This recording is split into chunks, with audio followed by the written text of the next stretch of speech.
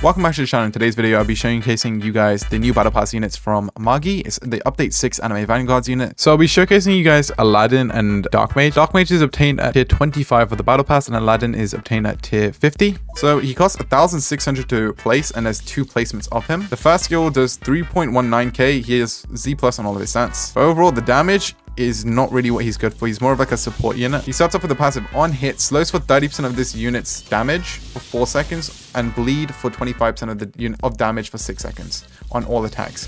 Deals 50% more damage when attacking a debuffed enemy. If an enemy inflicted with bleed dies while in range of this unit applies bleed to all enemies in range for 30% of this unit's damage for 4 seconds.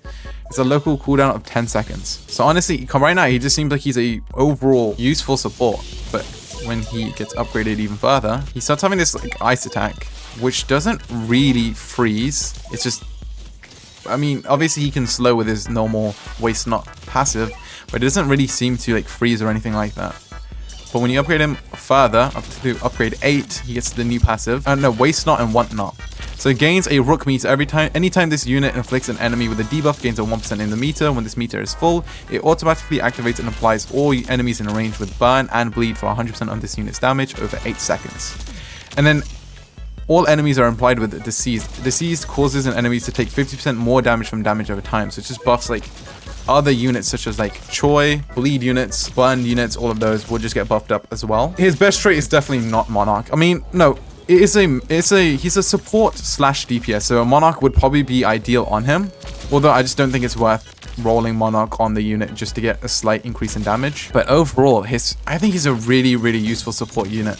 Definitely not the best for DPS, but the support as a support unit, along with others, is insanely good. You know what? Let's show off Aladdin as well, because I'm not fully sure how Aladdin works, but I've heard really good things about him. He has like a firestorm as his first attack. Okay, what is his next attack? Oh, it's like a lightning bolt, I guess, to shoot at a place. Starts off by anytime this unit cleanses a debuff or status effect from an ally, buff that ally by 25% of their damage and 10% range for 30 seconds. That's actually really cool. Okay, and the next attack is a fireball. Summon statue beast. Okay, wait, that's actually really cool. 21.17k, 6.8 seconds.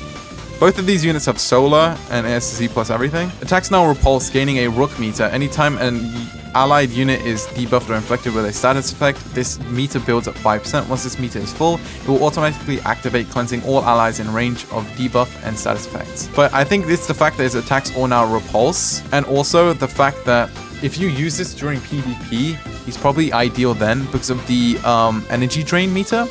Because every time this unit attacks, anytime a unit of yours attacks an enemy, that would be classified as a debuff. So technically in PvP, Aladdin is probably one of the best units to have.